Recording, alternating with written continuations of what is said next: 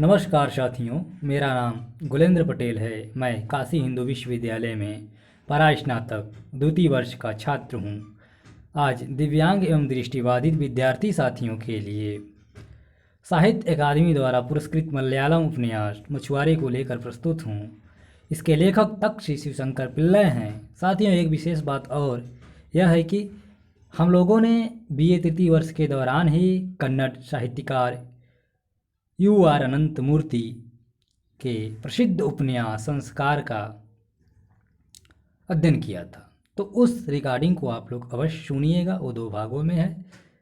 तो चलिए सामान्य लेते हुए हम लोग तक श्री शिवशंकर पिल्लई के कृतित्व व्यक्तित्व पर बातचीत करते हैं।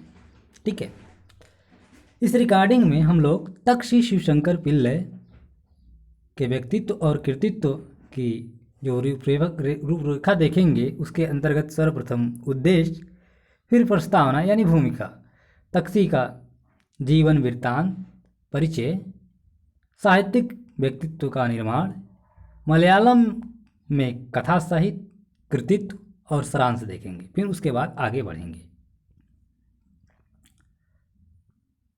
इस रिकॉर्डिंग में हम लोग देखेंगे तक्षी पिल्लई के व्यक्तित्व और कृतित्व के बारे में। तक्षी शिवशंकर पिल्लई मलयालम साहित्य में एक ऐसा नाम है जिनसे मलयालम साहित्य तथा परोक्ष रूप से भारतीय साहित्य को विश्व में उच्चतम स्तर तक पहुंचाने में महत्वपूर्ण भूमिका अदा की है। जिसने मलयालम साहित्य तथा परोक्ष रूप से भारतीय साहित्य को विश्व में उच्चतम स्तर तक पहुंचाने में महत्वपूर्ण भूमिका अदा की है। ऐसे उच्च कोटि के साहित्यिक व्यक्तित्व के निर्माण में जो घटक महत्वपूर्ण रहे हैं, उनकी चर्चा हम इस रिकॉर्डिंग में करेंगे। तक्षी बहुमुखी प्रतिभा के रचनाकार हैं। उनके कृतित्व की जानकारी हम इस रिकॉर्डिंग में हासिल करेंगे। तो चलिए प्रस्तावना सर्वप्रथम हम लोग देखते हैं, फिर धीरे धीरे करके आगे बढ़ेंगे। ठीक है,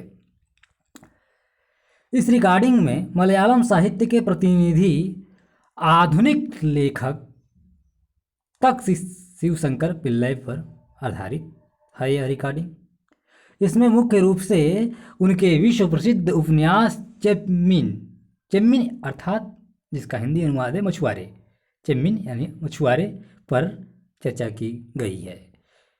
यह रिकॉर्डिंग जिसमें तक्षी शिवशंकर पिल्लई के जीवन के बारे में परिचयात्मक जानकारी दी जाएगी या दी जा रही है।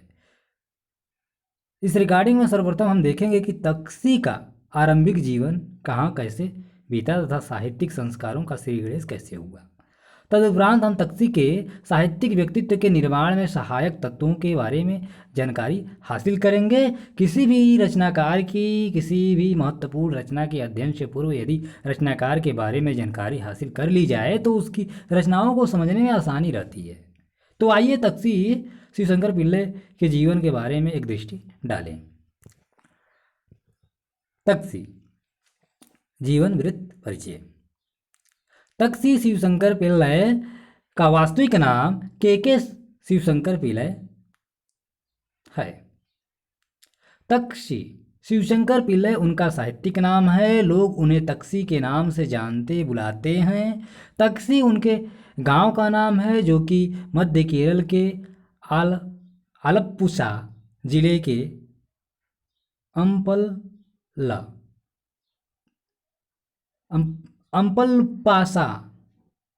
लुप्पसा तालुक में सागर के किनारे स्थित है। मित्रों देखिए, इस थोड़ा सा मलयालम नाम है इसलिए प्रोनाउंसिएशन में हम लोगों को दिक्कत होगी, उच्चारण करते वक्त समस्याएं उत्पन्न होंगी, तो उसको आप लोग ध्यान मत दीजिएगा। केरल के आलप्पुषा जिले के अम्पलपुषा तालुक में सागर के किनारे स्थित है तक्षी के गांव। तक्षी गांव केरल की राजधानी त्रिवेंद्रपुरम से उत्तर की ओर 150 किलोमीटर की दूरी पर है तक्षी की। इसी गांव में तक्षी का जन्म 17 अप्रैल 1912 को जन्म हुआ था।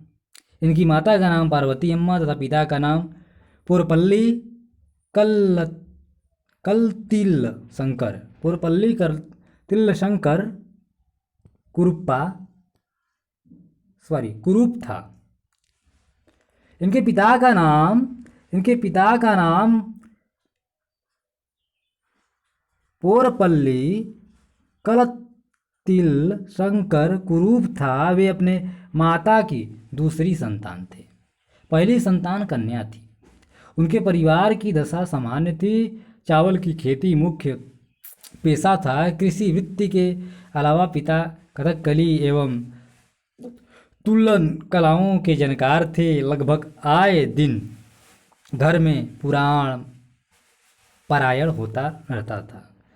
पुराण कथाओं से तक्षी का परिचय घर पर ही हुआ। उनकी प्रारंभिक शिक्षा गांव में हुई। इसके बाद 7वीं कक्षा तक की पढ़ाई गांव से बाहर 12 किलोमीटर दूर समुद्री तट पर स्थित अम्पलपुशा स्कूल में हुई।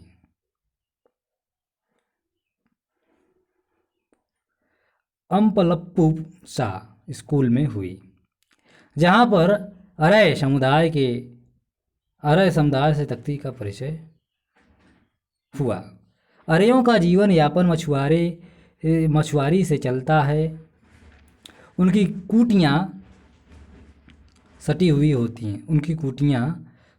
होती हैं। उनके शरीर से सदा मछली की बू आती रहती थी। दोपहर का भोजन केले के पत्ते में ले जाने की प्रथा थी। खाने की पोटली पर अक्सर चींटियाँ आक्रमण कर देती थीं। चींटियों वाले हिस्से को अलग फेंक बाकी भोजन कर लिया जाता था।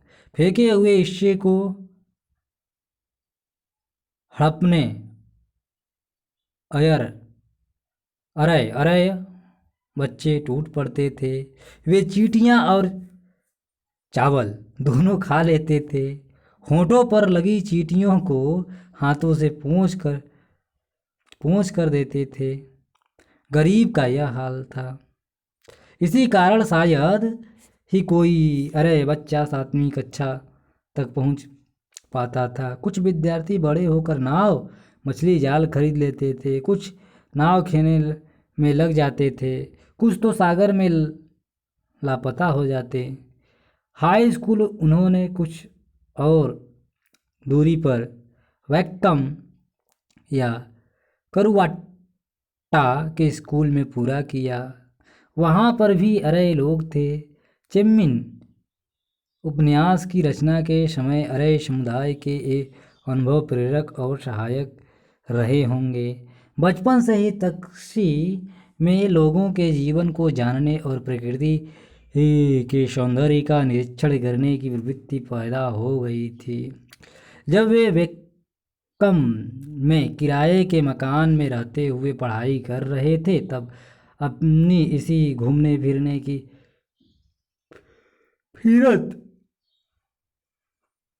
फितरत के कारण वे 9वीं कक्षा में फेल हो गए। उसके बाद वैक्कम में उसकी पढ़ाई रुक गई।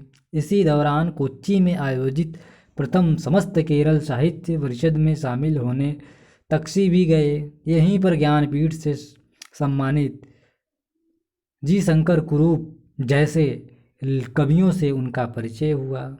साहित्य संबंधित अनुभवों की यह बड़ी शुरुआत थी। फिर उन्होंने करुवाट्टा के NSS हाई स्कूल में ही SSLC की परीक्षा पास की। मलयालम के सुप्रसिद्ध नाटककार कैनिवकरा कुमार पिल्लई उस समय स्कूल के हेडमास्टर थे। किसी कक्षा में जब कभी अध्यापक नहीं होता तो वे पहुंच जाते और बच्चों को कहानियां सुनाने लगते। स्वयं तक्षी ने इसी तरह काबुली वाला कहानी सुनने का लाभ उठाया था। कहानी की ओर प्रेरित करने वालों की स्मृति में बाद में कयर नामक अपनी रचना जिन लोगों को समर्पित की है उनमें केसरी के अलावा कनिवकरा का नाम भी है। हाई स्कूल की शिक्षा पूरी होने के बाद वे कानूनी पढ़ाई पढ़ने के लिए तिरुवनंतपुरम पहुँचे। प्लीडर परीक्षा उत्तीर्ण करने के बाद वे वहीं पत्रकारिता में लग गए। इसी दौरान केसरी पत्र के संपादक ए बालकृष्ण पिल्लई से परिचय हुआ। केसरी बालकृष्ण पिल्लई एक ऐसे संपादक थे जिन्होंने मलयालियों को पश्चिमी साहित्यिक गतिविधियों से परिचित करवाया था। तक्षी को भी इसका भरपूर लाभ मिला। उनकी साहित्यिक संबंधित संकल्पनाओं तथा वर्ण नीति को पुख्ता करने में इन अनुभवों का काफ़ी योगदान रहा।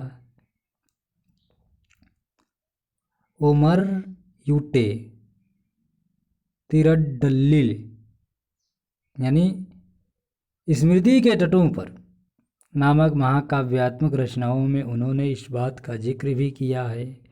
23 वर्ष की उम्र में उनका पास ही के नेटुमुट्टी गांव में तेक्केमुरी की रहने वाली चेम्पकसेरी चीरवलकल समलाक्षी अम्मा की लड़की से विवाह संपन्न हुआ। तक्षी उन्हें कात्ता नाम से पुकारते थे। उनका मानना था कि उनकी उन्नति का कारण कात्ता ही है। तक्षी के 5 संतानें हुईं, 4 लड़कियां 1 लड़का। उनके पास 28 शेर की खेती थी। 1939 को तक्षी म्युनिसिपल कोर्ट के वकील बने। ये दिन उनके जीवन के बड़ी आर्थिक तंगी के दिन थे। 1950 में उनकी मां और उससे भी पहले पिता की मृत्यु हो गई। रंडी डंगसी उपन्यास के पाठ्य पुस्तक बनाने तथा चेम्मिन के देसी विदेशी भाषाओं में अनुवाद होने के बाद ही उनकी आर्थिक दशा में सुधार हुआ। विश्व की लगभग सभी महत्वपूर्ण भाषाओं में चेम्मिन का अनुवाद हुआ। चेम्मिन अर्थात वही मछुआरे उपन्यास जो हम लोगों को पढ़ना है। चेम्मिन पर फिल्म बनने से तक्षी की लोकप्रियता को 4 चांद लग गए। रामू कार्यात द्वारा निर्देशित चेम्मिन फिल्म को 1964 में स्वर्ण मयूर राष्ट्रीय पुरस्कार से सम्मानित किया गया, जो किसी भी मलयालम फिल्म को प्राप्त प्रथम पुरस्कार था। फिल्म में संगीत निर्देशन सलील चौधरी ने किया था और गायक थे मनांडे। स्कूली जीवन से ही तक्षी ने कहानियों पर हाथ आजमाना शुरू कर दिया था। उनकी पहली कहानी साधुक्कल यानी बेचारे लोग नायर सर्विस सोसाइटी की पत्रिका सर्विस में प्रकाशित हुई। पहले उन्होंने के शिवशंकर पिल्लई के नाम से लिखना शुरू किया था। बाद में उन्होंने अपना नाम बदलकर तक्षी शिवशंकर पिल्लई कर लिया। तक्षी को अपने जीवन में कई पुरस्कार एवं सम्मान प्राप्त हुए, जिनमें से प्रमुख है चेम्मिन के लिए साहित्य अकादमी पुरस्कार 1957, एड़िप्पडिकल के लिए केंद्र साहित्य अकादमी पुरस्कार 1965, सोवियत लैंड नेहरू पुरस्कार 1974 तथा कयर के लिए वयलार पुरस्कार 1980 आदि। केरल विश्वविद्यालय और महात्मा गांधी विश्वविद्यालय ने मानद डिलीट प्रदान कर उन्हें सम्मानित किया। 1985 में पद्म भूषण देकर राष्ट्र ने उन्हें समादृत किया। सभी दृष्टियों से तक्षी का जीवन भरा पूरा था। उनका स्वर्गवास 10 अप्रैल 1990 को हुआ, जब वे 87 वर्ष के थे। आज तख्ती का घर शंकर मंगलम यानी तक्षी संग्रहालय के नाम से जाना जाता है। चलिए साहित्यिक व्यक्तित्व का निर्माण देखते हैं। ठीक है, डाल दीजिए शीर्षक साहित्यिक व्यक्तित्व का निर्माण। तक्षी के साहित्यिक व्यक्तित्व के निर्माण में सबसे बड़ा योगदान उनके आसपास के जीवन माहौल का और उस माहौल को भेदने वाली उनकी तीक्ष्ण परीक्षण दृष्टि का रहा है। छोटे से राज्य केरल में नगर प्रांतर, कस्बा, लघु शहर प्रांतर, ग्राम प्रांतर, लघु ग्राम, पहाड़ी इलाका, सागर तट, कुट्टनाड़ आदि इकाइयाँ निश्चित विशेषताओं से पूर्ण परिस्थिति मंडल होते हैं। कुट्टनाड़ की अपनी अलग भौगोलिक प्रकृति और तत्संबंधित जीवनचर्याएँ होती हैं। तक्षी मानते थे कि उस प्रदेश की धरती भी मानव निर्मित है। कुट्टनाड़ में 12 महीने पानी भरा रहता है।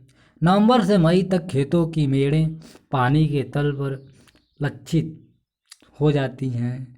उस समय मेड़ों पर से मेड़ों पर से होकर आया जा सकता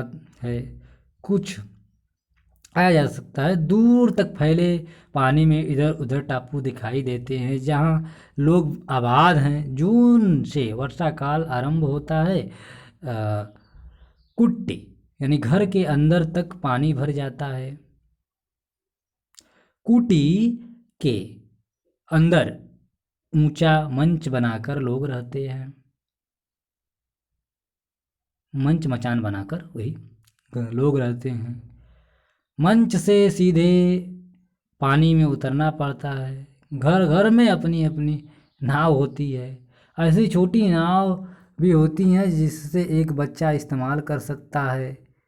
पीने का पानी लाने के लिए घड़ा एवं बर्तन नाव में रख कर नाव चलाते हुए पीने के पानी तक पहुंचना होता है। खेतों से पानी रेचित करने के बाद खेती शुरू करते हैं। पुराने समय में चक्की चलाकर और उसके बाद पंप की सहायता से पानी का रेचन होता था। रेचन के बाद लकड़ियों एवं झाड़ियों से सीमा संबंध कर खेतों को अलग किया जाता है। तदुपरांत बीज रोपण या पौधों का रोपण शुरू होता है। कुट्टनाड़ की यह अपनी विशेष रीति है जिससे उनके जीवन के क्रम को एक प्रकार की दार्शनिकता का भाव मिला है। ठीक है। इसके अलावा परिवार के बुजुर्ग द्वारा बचपन में सुनी हुई कुट्टनाड़ की कथाओं का उनके साहित्यिक व्यक्तित्व के निर्माण में योगदान रहा है। वैयक्तिक संबंध, पारिवारिक संबंध, पारिवारिक इतिहास, निष्ठाएं, आचार विचार, उत्सव त्यौहार, मिथक, कृषि अनुभव, वर्षा जल प्लावन की व्यथाएं आदि अनेक ज्ञानवर्धक रोचक कार्य एवं घटनाएं उन कहानियों में भरी पड़ी हैं जो कि लेखक को परिपक्व एवं ज्ञानधनी एवं समृद्ध बनाती हैं। तक्षी का विश्वास है कि बचपन में सुनी हुई ऐसे ही कहानियों ने उनके लेखक को लेखक बनाया था। दिन रात कठिन परिश्रम करने वाले, ताड़ी पीने वाले, लड़ने भिड़ने वाले साधारण मनुष्यों का उन्होंने निरीक्षण किया। उनकी वेदनाओं को उन्होंने आत्मसात किया। सबसे बड़ा दुख मनुष्य है, सबसे बड़ा दुख मृत्यु है। इसलिए सभी कार्यों को मृत्यु से जोड़कर देखने की उनकी आदत थी। शायद यह भी एक कारण रहा होगा कि चेम्मिन जैसी रचनाओं में पूर्ण कलात्मक सौंदर्य अनुभूति के आने का। उनके साहित्यिक व्यक्तित्व के निर्माण में एक महत्वपूर्ण मोड़ तब आया जब उन्होंने काबुली वाला कहानी सुनी और वे केसरी पत्रिका के संपर्क में आए। यह वह समय था 1930 30 से 34 के बीच का, जब स्वतंत्रता आंदोलन अपने उफान पर था। व्यक्तिगत स्वतंत्रता का महत्व बढ़ रहा था। श्रमिकों ने परिश्रम के मूल्य एवं महत्व को समझना शुरू कर दिया था। उनमें आत्मगौरव एवं स्वतंत्रता बोध विकसित होने लगा था।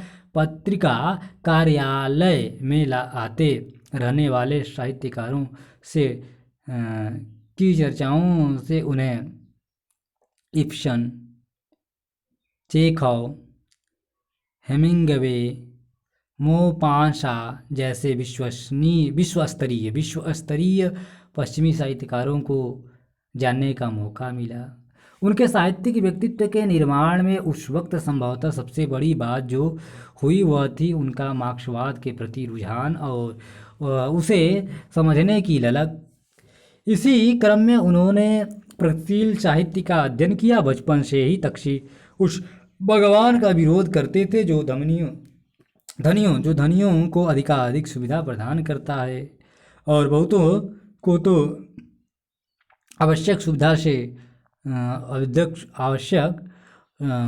सुविधा से जो विरोधियों को अधिक सुविधाएं प्रदान करता है और बहुतों को तो आवश्यक सुविधा से भी वंचित रखता है। इस प्रकार अंतर्मन के अव्यक्त भावों को चित्रित करने में तक्षी को फ्रायड ने प्रभावित किया और अंधविश्वासों पर अधिष्ठित मनुष्य के जन्म संबंधित प्रचलित विश्वासों को परिवर्तित करने में उनकी सहायता की। डार्विन ने इस प्रकार के अनुभवों, संपर्कों, अध्ययन एवं ज्ञानार्जन से जो साहित्यिक व्यक्तित्व निर्मित हुआ, उसने जिन कृतियों की रचना की वे सारी कृतियाँ इस बात की उद्घोषणा करती जान पड़ती हैं कि भूख, खंड, वंश, वर्ग, पेशा, धर्म आदि का भेद विभेद निरर्थक है और ये भेद विभेद मानव को सामान्य मनुष्यता से दूर कर देते हैं। किंतु फिर भी उन्होंने स्पष्ट किया कि मुझे संतोष है कि इस संपूर्ण अवधि में मैं ग्रामीण जन, आम आदमी, शोषित कामगार के साथ रहा हूँ। मैं उनके सुख दुख में भागीदार रहा हूँ। मैंने उनकी आशाओं को दुलारा है एवं उनकी चिंताओं में हिस्सेदारी की है। जब कभी मैंने उन्हें चिंतित पाया, मैं चिंतित हुआ। संकट की घड़ी में उत्कर्ष के शिखर पर चढ़ने के लिए मैं उनके साथ गया। मैं उनके साथ आनंदित हुआ और रोया भी। मैं विवादग्रस्त एवं उदास था, मगर मैंने कभी उनके साथ आनंदित हुआ,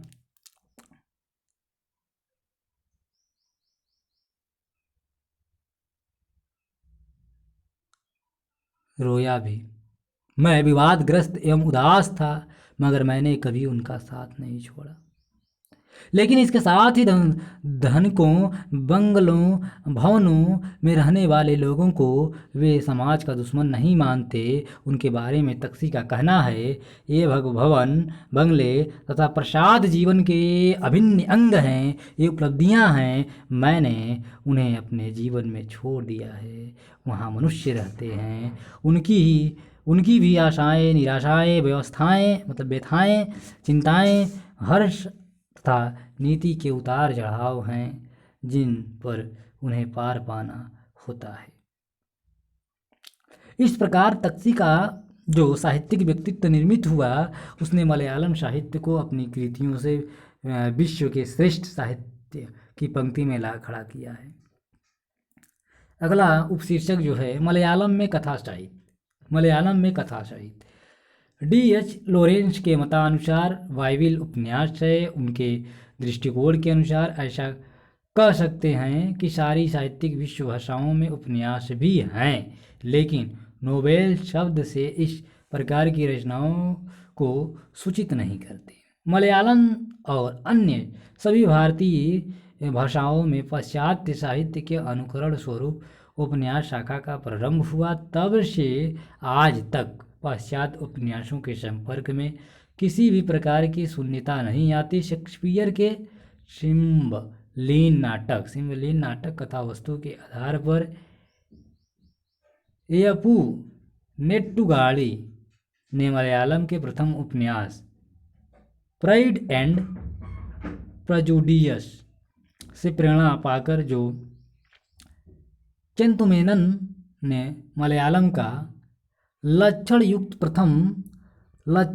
प्रथम उपन्यास लिखा, यह सर्वविदित है कि सर वाल्ट स्कॉट के इवानहो की छाया शिवी रामन पिल्लई के मार्तंडवर्मा में है।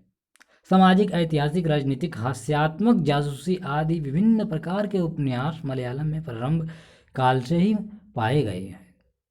1920 के पश्चात उपन्यास शाखा नवोत्थान के पथ पर प्रवेश करती है। विक्टर ह्यूगो केले मिरालब्ले ने प्रगत साहित्य शाखा को प्रोत्साहित किया था। राजा एवं रईस मात्र नहीं, भिखारी एवं लफंगे भी नायक पद के योग्य हैं। यह जानकारी प्राप्त कर उस प्रकार के अनेक नायक पात्र प्रत्यक्ष होने लगे। विश्वविख्यात अगणित उपन्यास मलयालम में अनुदित होते रहे। ले मिसबले, अन्ना करेरीना,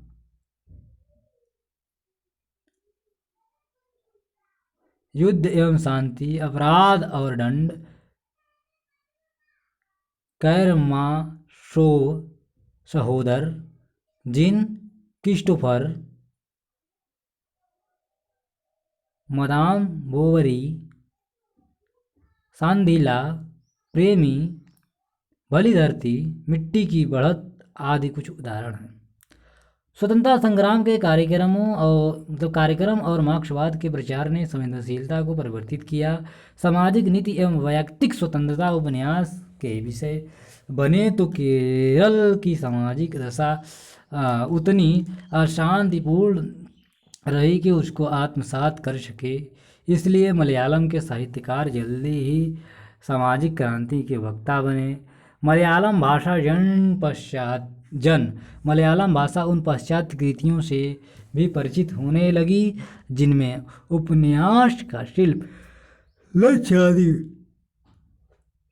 कार्यों का विवरण मिलते थे। E.M. फोस्टर का एक्सपेक्टेस्ट ऑफ नोवेल, एडविन म्यूर का स्ट्रक्चर ऑफ नोवेल, पेर्सी लवोक का क्राफ्ट ऑफ फिक्शन आदि ग्रंथ अंग्रेजी शिक्षा के साथ मलयालम में भी पहुंचे थे। 1930 में MP पोल ने अपना ग्रंथ नोवेल साहित्यम प्रकाशित किया, जो उपन्यास कला पर लिखी गई प्रथम मलयालम रचना है। MP पोल अंग्रेजी के अध्यापक थे। एस्पेक्ट ऑफ नोवेल जैसी कृतियों की सहायता से उन्होंने अपना ग्रंथ तैयार किया था। 1930 के पूर्व विद्या विनोदिनी, भाषा पोषणी जैसी पत्रिका में उपन्यासों पर विश्लेषणात्मक लेख प्रकाशित होते थे। उनमें उल्लेखनीय है आख्यायिका अथवा प्लॉट। 1918 MP पोल ने उपन्यास की परिभाषा यूँ दी है कि उपन्यास वही गद्य है जिसमें मानव के विचारों को प्रकाशित किया जाता है और संभाव्य कथानक का आख्यान कर काव्य अनुभूति उत्पन्न कर देता है। यह परिभाषा E.M. फोस्टर के अनुकरण पर है। केसरी बालकृष्ण पिल्लई ने कहा, समसामयिक जीवन का चित्रण अथवा निरूपण ही उपन्यास है। समसामयिक जीवन का चित्रण अथवा निरूपण ही उपन्यास है। केसरी ने पाश्चात्य उपन्यास संकल्पना से मलयालम साहित्य को परिचित कराया। तक्षी नामक उपन्यासकार को इसी साहित्यिक परिसर ने मार्गदर्शन दिया। टॉल ताई देत्ता बॉक्सकी, हेमिंगवे, मोपोसांग, एमिली जोल, बालजाक आदि प्रभावशाली साहित्य नायकों ने उन्हें अधिक शक्ति एवं अभिव्यक्ति प्रदान की। श्रमिक, भिखारी, भंगी आदि को नायक बनाया गया। वेश्या के प्रेम का चित्रण किया। मान्यता के पर्दे से आच्छादित कपटता को व्यक्त किया गया।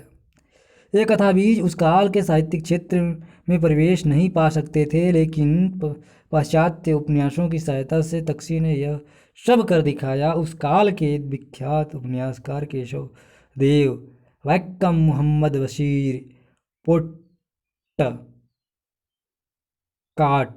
पुटक्काट आदि भी इस नवोत्थान प्रक्रिया में सहयोगी बने। तक्षी का कृतित्व। तक्षी के कुल कृतित्व पर यदि हम नज़र डालें तो वह संख्या में एक व्यक्ति द्वारा रचित रचनाओं की दृष्टि से बहुत पर्याप्त हैं, लेकिन तक्षी का सारा लेखन एक जैसा नहीं है। उनकी रचना यात्रा के विभिन्न पड़ाव हैं और इन पड़ावों में उनकी रचनात्मकता ने भिन्न भिन्न रूप अख्तियार किया है। आइए तक्षी की रचना यात्रा के विभिन्न पड़ावों पर नज़र डालें। प्रथम चरण। तक्षी का आरंभ का जो लेखन है वह उनके बाद के लेखन से काफ़ी भिन्न है। प्रथम चरण के लेखन में उनकी उन कहानियों उपन्यासों की चर्चा की जा सकती है जिन पर उस समय की बंगला कहानियों का रोमानी प्रभाव स्पष्ट है। इस संदर्भ में उनकी सन 1931 में केसरी की बंगला कहानियों का रोमानी प्रभाव स्पष्ट है। इस संदर्भ में उनकी सन 1931 में केसरी में छपी कहानी विवाह के दिन,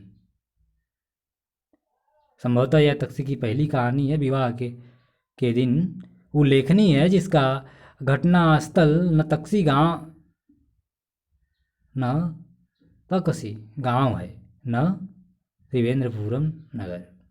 यह उत्तर में गंगा के किनारे किसी स्थान की कहानी है। बंगला के रोमानी प्रभाव के साथ साथ तक्षी पर विदेशी, विशेषकर फ्रांसीसी कथाकारों मोम्पास और जोला का गहरा असर था, जो इस दौर की रचनाओं में प्रतिफलित हुआ दिखाई पड़ता है। बिन नाम और तारीख का एक पत्र पर स्टीफन ज्विंग के लास्ट लेयर का सीधा प्रभाव है।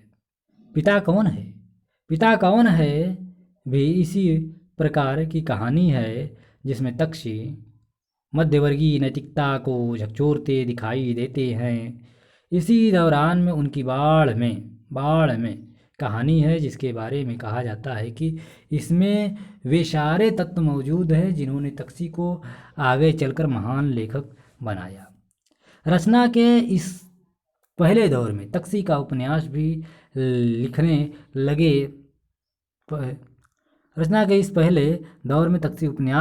लगे थे। उनकी पहली प्रकाशित कृति उपन्यास ही है, जिसका शीर्षक है प्रतिफलम, 1934 में प्रकाशित है। दूसरा उपन्यास है पतित पंकजम, जो 1935 में प्रकाशित हुआ। और 1936 में एक तीसरा उपन्यास परमार्थगल भी प्रकाशित हुआ। प्रतिफलम उपन्यास में प्रकाशित होते ही काफ़ी विवाद खड़ा कर दिया। तक्षी के ये तीनों ही उपन्यास मध्यवर्गीय नैतिकता पर सीधे चोट करते दिखाई पड़ते हैं, इसलिए इनकी आलोचना होना स्वाभाविक ही था। प्रतिफलम में एक ऐसी लड़की की कहानी है जो अपने भाई को उच्च शिक्षा दिलाने के लिए स्वयं देह व्यापार करती है। पतित पंकजम में एक लड़की को 12 साल की उम्र में ही वेश्यावृत्ति अपनाने को विवश होना पड़ता है। इसी तरह परमार्थगल्प उस औरत की कथा है जो 2 अवैध बच्चों को जन्म देती है, एक विवाह से पूर्व बलात्कार के कारण, दूसरा विवाह के बाद। यह माना जाता है कि अपनी सीधी सरल सील के कारण इन उपन्यासों ने मलयालम गद्य लेखन में एक नए युग का सूत्रपात किया। अब दूसरा चरण देखिए। दूसरा चरण, इस दूसरे चरण में तक्षी की प्रमुख रचनाओं में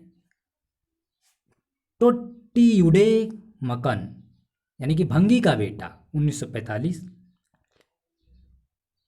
रंटटिंडसी यानी दो सेर धान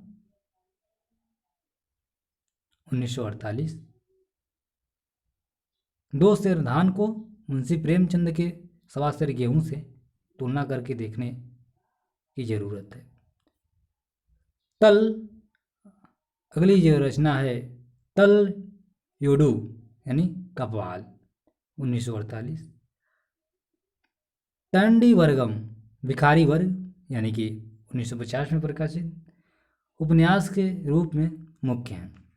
और कहानियों में अति युकलम अंतरधारा यानी कि 1945 में प्रकाशित, नित्य कनिका अविवाहिता 1945, चगानिकल मित्र 1945, इंकलाब 1950। तक्षी के रचनाकारों का यह वह दौर था जब समाज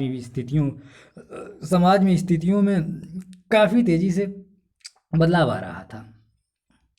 समाज में पुरोगमन साहित्य का प्रभाव बढ़ रहा था। आम आदमी अपनी समस्याओं के साथ साहित्य की विषय वस्तु बन रहा था। तक्षी विदेशी प्रभाव की आलोचना झेल चुके थे। इन सब कारणों से तक्षी के लेखन में एक नया मोड़ आया। जो इस आलोचना झेल चुके थे, इन सब कारणों से तक्षी के लेखन में एक नया मोड़ आया। इस युग के लेखन में स्पष्ट रूप से लक्षित होता है। भंगी का बेटा LP शहर के भंगियों की एक ऐसी यथार्थवादी कहानी है जिनमें एक भंगी चुगल मुत्तु ने नारकीय जीवन का अनुभव किया है।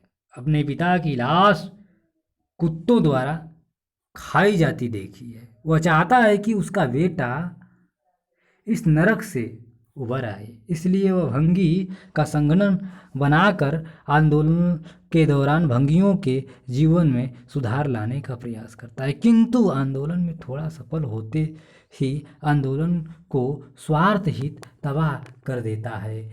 स्कूल में डाला गया उसका बेटा वहाँ से बहिष्कृत कर दिया जाता है। अंततः उसका बेटा भंगी ही बनता है। इसके बाद आया तक्षी का उपन्यास दो सेर धान, जिसने तक्षी को कृषि जीवन की यथार्थ परक संवेदनशील तस्वीर उतारने में के कारण मलयालम के अग्रणी उपन्यासकारों की श्रेणी में ला खड़ा कर दिया। दो सेर धान इस कहानी में मतलब इस दौर में तक्षी पर एक और तो मार्क्सवाद का गहरा प्रभाव लक्षित होता है, दूसरे उनकी यह समझ भी कि साहित्य द्वारा सामाजिक शक्तियों के हस्तक्षेप किया जा सकता है। साहित्य द्वारा सामाजिक शक्तियों में हस्तक्षेप किया जा सकता है, उनकी रचनाओं में अभिव्यक्त होती दिखाई देती है। वे मानते हुए दिखाई पड़ते हैं कि साहित्य में समस्या के साथ समाधान भी होना चाहिए। हालांकि उनकी यह सोच बजाय दफ़ा उनकी रचनाओं के खिलाफ ही जाती दिखलाई पड़ती है। इसी तरह प्रेमचंद की रचनाओं में नियति के जिस तत्व को वे नकारते हैं वो उनकी रचनाओं में आए बिना नहीं रह पाता। तक्षी के इस दौर के लेखन पर एक समालोचक का एक कथन उचित ही है कि यह ठीक है कि बंगला के रूमानी और फ्रांसीसी के यौन प्रभाव को तक्षी ने काफ़ी पीछे छोड़ दिया और अब लेकिन साथ ही राजनीतिक प्रभाव के कारण लेखन में वैचारिक तत्व का बाहुल्य रहा जिसने उसके कलात्मक पक्ष को काफ़ी दबा दिया। अब तीसरा चरण, लेकिन तक्षी के तीसरे चरण के दौर के लेखन में तक्षी वैचारिक पूर्वाग्रह से मुक्ति पा लेते हैं। यही कारण है कि वे सृजनात्मकता की ऊंचाई को छूने में सफल रहे। चेम्मिन यानी कि 1955 में के प्रकाशन के साथ ही उनकी रचना यात्रा का तीसरा दौर शुरू हुआ। यह शुरू होता है। मलयालम उपन्यास शाखा को तक्षी की देन। क्या है भाई? मलयालम उपन्यास शाखा को तक्षी की देन। तक्षी महान कथाकार हैं। मलयालम के प्रेमचंद भी कहलाते हैं तक्षी। 60 वर्ष वे कथा कहते रहे। 500 कहानियाँ, 48 उपन्यास, 2 आत्मकथात्मक रचनाएं, एक यात्रा विवरण, एक नाटक उनकी रचनाएं हैं। आत्मकथा, यात्रा विवरण आदि अनेक विधाएं हैं। तो भी जब तक्षी कहने लगते हैं तो वे सब कहानियाँ बन जाती हैं। तक्षी बड़ी सरलता से कहानियाँ कहते रहे, जैसी कोई विकट बैठ कर दुख सुख बतियाता है। पहले वे कहानियाँ लिखने लगे, कविता का भी प्रयोग किया है, लेकिन बीच में छोड़ दिया। जब वे स्कूल में पढ़ते थे तब वे कहानियाँ लिखने लगे, सारी की सारी दुखपूर्ण कथाएं। नित्य कन्निका, इनकलाब, घोष यात्रा, मानचूटिल, पतिव्रता, प्रतीक्षित कल, चंडातिक्कल,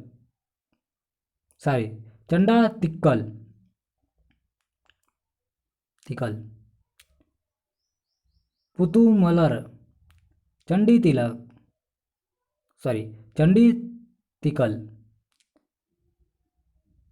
अड़ियोश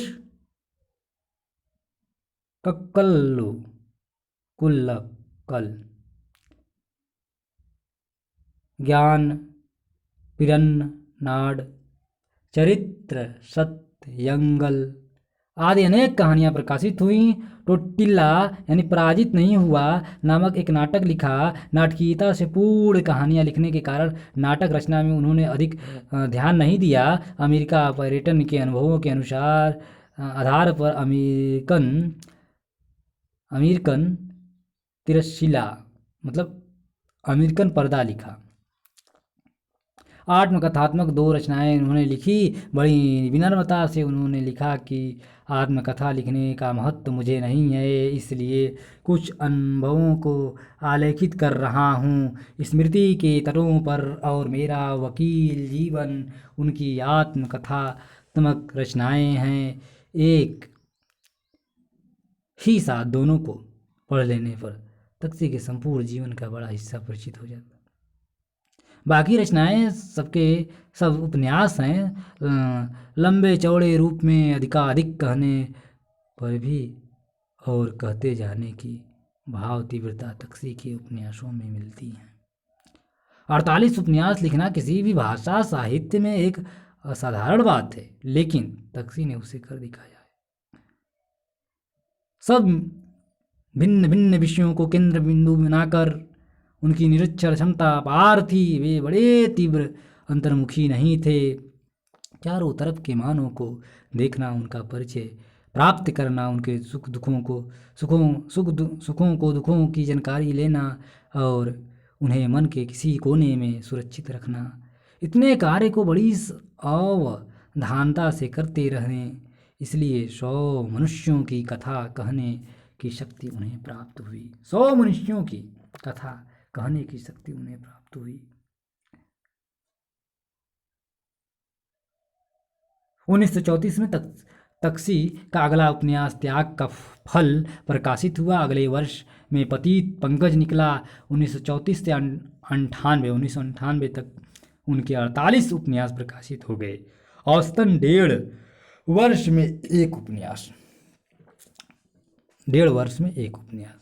सुशील, परमार्थ,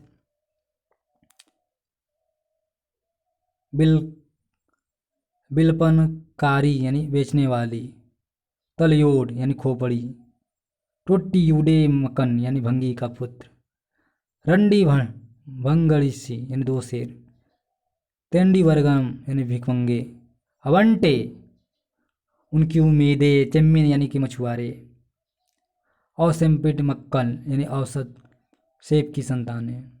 ठीक है, 5 औरतें, जीवन सुंदर है लेकिन, सीढ़ियाँ, धर्म नीति नहीं जीवन। ठीक है, याड़ा पाड़िम्मा और बच्चे, मांस की पुकार, अनुभव और गलतियाँ, चक्कू, कुछ और मनुष्य की कथा, अंदर का अहाता। ठीक है, इस प्रकार उन्होंने कुल 48 उपन्यास लिखा है, जिनको सभी को याद करना या मुश्किल है। चलिए, किसी भी साहित्य में उपन्यासों की संख्या इतने से बहुत 13 फिल्में भी बनी है इनके उपन्यासों पर। किसी भी साहित्य में उपन्यासों की संख्या भी अधिक है। मलयालम साहित्य में भी इससे भिन्न नहीं है, उपन्यासकारों की संख्या भी अधिक है, लेकिन मौलिक प्रतिभा वालों को चुनने पर संख्या कम पड़ती है। एक लेखक की साहित्यिक भेंट का मूल्यांकन कुछ विशिष्ट कार्यों के आधार पर किया जाता है। उनमें कुछ हैं: एक नई रीति का प्रारंभ करना, मार्गान्तर की सृष्टि करना, विख्याति के कारण अनुकरणीय होना, मौलिक प्रति के कारण अनुकरणीय होना, व्यक्ति रिक्त विशेषता का धनी होना आदि। तक्सी के संबंध में ये सारी विशेषताएं सही निकलती हैं। तक्सी की सबसे बड़ी विशेषता उनकी अभिव्यक्ति शैली है। कुट्टरनाड़ की परिस्थिति, संस्कृति एवं इतिहास के तथ्यों को रूपायित है उनकी शैली, जिसे दूसरा कोई अपना नहीं सका। रंडी ढंगसी यानी कि भंगी का बेटा नामक उपन्यास में और अनेक कहानियों में यह विशिष्टता व्यक्त होती है। कयर नामक उपन्यास में लगभग 2 सदियों की कहानी बताई गई है।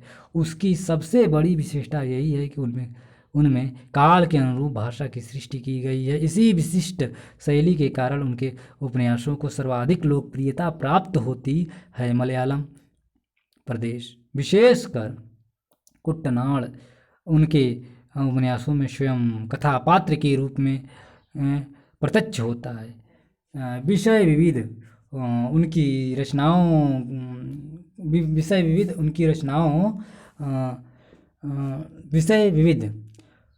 उनकी रचनाओं को आकर्षक बनाता है। चेम्मीन चुक्का और रड़िपडिक्कल, अनुभव ओडंगल, पाली चक्कल आदि उपन्यास इसके उदाहरण हैं।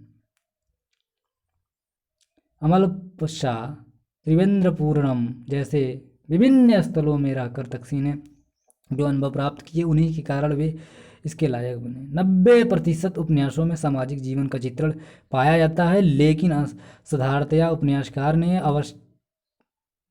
अस्वस्थ भावों को हटाकर पाठकों को रस प्रदान करने के लिए अनेक उपन्यासों की रचना की है। नैतिकता की ईमानदारी उन्हें प्रीतिकर लगती थी,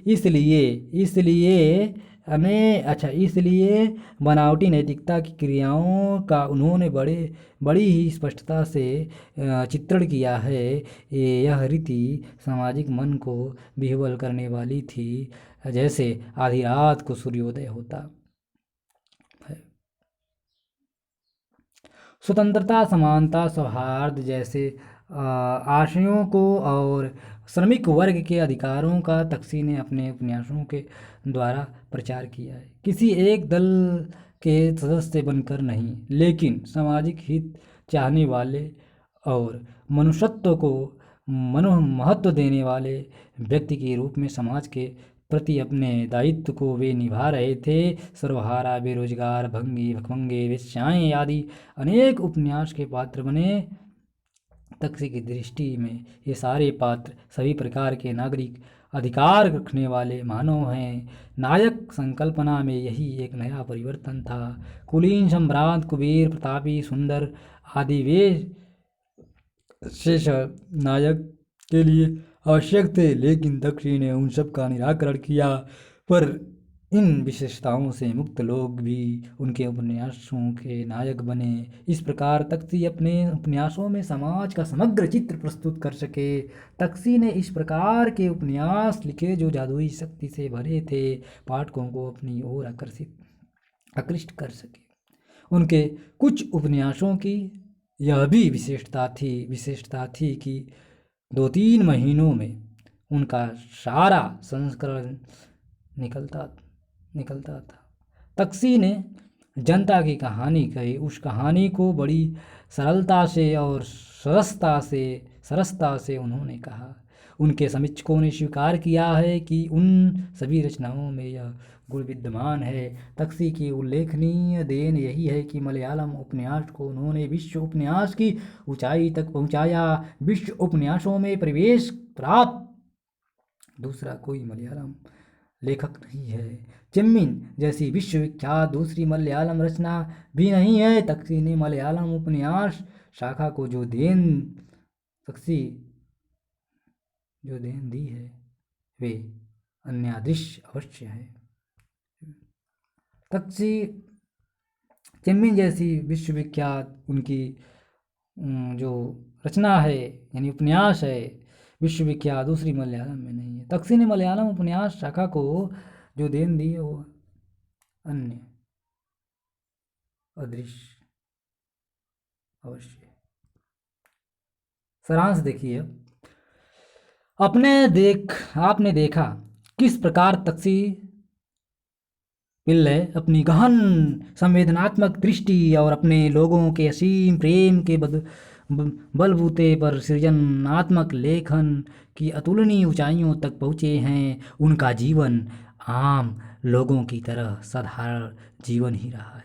लोगों के सुख दुख पीड़ाएं अभाव को उन्होंने करीब से देखा और जाना है। उनके साहित्यिक व्यक्तित्व के निर्माण में उनके आसपास के इस माहौल ने और उनके अपने जीवन ने भी बहुत महत्वपूर्ण भूमिका अदा की है। उनकी साहित्यिक समझ जीवन दृष्टि अनुभव की परिपक्वता के साथ बदलती रही है, किंतु अंत तक अपने लेखन में जिस चीज़ का उन्होंने कभी साथ नहीं छोड़ा वह था आम आदमी को और उसके सुख दुख भरे जीवन को ही अपने साहित्य केंद्र में रखना। कुछ प्रश्न है, देखिए 2 प्रश्न, आप इसका उत्तर कमेंट बॉक्स में देना चाहें तो दे सकते हैं। तक्षी के जीवन चरित्र एवं कृतित्व पर प्रकाश डालिए। तक्षी के साहित्यिक व्यक्तित्व के निर्माण में सहायक घटक कौन कौन से हैं? ठीक है, अब हम लोग अगले हेडिंग पर पहुंच रहे हैं कि चेम्मिन युग परिवेश। ठीक है, यानी मछुआरे उपन्यास का युग परिवेश हम लोग देखेंगे। ठीक है, इसके अंतर्गत हम लोग प्रस्तावना देखेंगे। 20वीं सदी के आरंभ में केरल सामाजिक राजनीतिक स्थिति, मलयालम में उपन्यास लेखन की परंपरा, आरंभिक उपन्यास, अनुदित उपन्यास, फिर उसके बाद हम लोग चेम्मिन और सामाजिक अवबोध सारांश देखते हुए आगे बढ़ेंगे। ठीक है, इस रिकॉर्डिंग की यह जो श्रृंखला है, तो इस श्रृंखला में हम लोग अध्ययन कर रहे हैं मछुआरे उपन्यास। चेम्मिन के युग परिवेश के बारे में जानेंगे इस रिकॉर्डिंग में। चलिए हम लोग सीधे अपने टॉपिक पर ही आते हैं, प्रस्तावना से शुरू करते हैं। ठीक है, प्रस्तावना 19वीं सदी के अंतिम भाग और 20वीं सदी के प्रारंभ का केरल देश के अन्य भागों से पूरी तरह अछूता नहीं था। राजनीतिक भूभाग की दृष्टि से भी यह वैसा केरल नहीं था जैसा कि आज हम इसे जानते हैं। अंग्रेजी शासन के दौरान विभिन्न रियासतों का नियंत्रण विभिन्न राजाओं शासकों के हाथों में रहता था। केरल की भी यही स्थिति थी। सामाजिक दृष्टि से केरल में सामंती सभ्यता के अवशेषों से लड़ाई जारी थी। स्वतंत्रता आंदोलन का अन्य सामाजिक आंदोलनों का प्रभाव केरल के समाज पर भी पड़ रहा था। कई सामाजिक कुरीतियों को दूर करने के लिए यहाँ कई आंदोलनों का सूत्रपात हुआ। इन सभी परिस्थितियों में यहाँ का साहित्य भी अपनी स्थानीय भूमि में रंग कर विकसित होता दिखाई पड़ता है। मलयालम उपन्यास की परंपरा कैसी रही, केवल मतलब कैसी रही के अलावा इन परिस्थितियों का अध्ययन चेम्मिन यानी मछुआरे को जानने समझने में सहायक और ज़रूरी है। तो आइए सबसे पहले केरल की इन सामाजिक राजनीतिक परिस्थितियों के बारे में हम लोग थोड़ा जान लें। तो 20वीं सदी के आरंभ में केरल सामाजिक राजनीतिक स्थिति। 17वीं 18वीं शताब्दी में केरल में भी सामंती सभ्यता का वैसा ही समाज था जैसा कि देश के अन्य भागों में था। समाज के अधिकांश लोग गुलामी काशा जीवन व्यतीत करते थे। ये लोग छोटी जाति के थे। समाज में ऊंच नीच का खूब बोलबाला था। छुआछूत खूब चल रहा था। छुआछूत खूब चल रही थी। चारों ओर अस्पृश्यता ही दिखाई दे रही थी। ऊंची जाति के लोगों के विरोध की बात सोचना भी मुश्किल था। 19वीं सदी के अंत तक आते आते नेपथ्य में सामाजिक क्रांति की अस्पृश्यता का दौर ही मतलब वो था। 19वीं सदी के अंत तक आते नेपथ्य में सामाजिक क्रांति के बीच पनपने लगे थे। केरल के समाज में भी बंगाल के नवजागरण का सा माहौल बन रहा था। प्रशासकीय तंत्र, भूमिमय शिक्षा, धर्म समुदाय गठन, पत्रकारिता, स्वतंत्रता संग्राम, नागरिक अधिकार आदि सामाजिक जीवन की विभिन्न क्षेत्रों में नव जागरण की लहर एक नव उत्थान के रूप में फैल रही थी। वास्तव में 1901 से 2020 तक की 20वीं सदी के दौरान केरल की सामाजिक स्थिति में बहुत परिवर्तन हुए हैं। विश्व भर में हुए बौद्धिक परिवर्तनों, औद्योगिक विकास, भौतिक विज्ञान की प्रगति, महायुद्धों की टकराहट, विभीषिका आदि ने भी इस परिवर्तन की शक्ति और तीव्रता को बढ़ावा दिया है। इसलिए 20वीं सदी में केरल के समाज में जो भी विकास हुआ, जो भी परिस्थिति परिवर्तन दिखाई पड़े, उन सब की जड़ें 19वीं सदी के अंतिम दशकों में ही पनपने लगी थीं। 19वीं सदी के अंत में केरल के सामाजिक क्षेत्र में शुरू हुए परिवर्तनों का लक्ष्य सामंती सभ्यता के भीषणताओं और दुष्परिणामों से मुक्ति पाना था। उस समय का केरल राज्य आज के केरल राज्य से भिन्न था। उस समय केरल मालाबार, कोच्चि और तिरुविंदिताकूर नामक 3 अलग अलग राज्यों में बटा हुआ था। मालाबार राज्य यानी उत्तरी केरल ब्रिटिश सत्ता के प्रत्यक्ष शासन के अधीन था। कोच्चि यानी मध्य केरल और तिरुविंताकूर यानी दक्षिण केरल ब्रिटिश सत्ता के को मानने वाली रियासतें थीं। मालाबार राज्य के लिए आवश्यक विधान मद्रास सरकार बनाती थी। इसलिए कोच्चि और तिरुविंताकूर रियासतों की अपेक्षा वहाँ भिन्न सामाजिक परिस्थितियाँ थीं। कोच्चि और तिरुविंताकूर रियासतें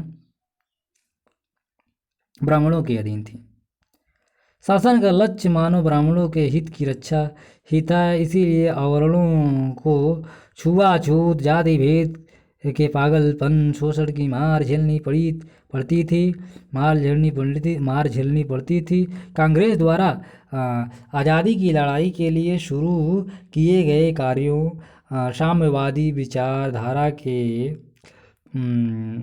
फैलने तथा धर्म प्रचारकों के शिक्षा कार्यों ने केरल में इस स्थिति में परिवर्तन लाना शुरू किया।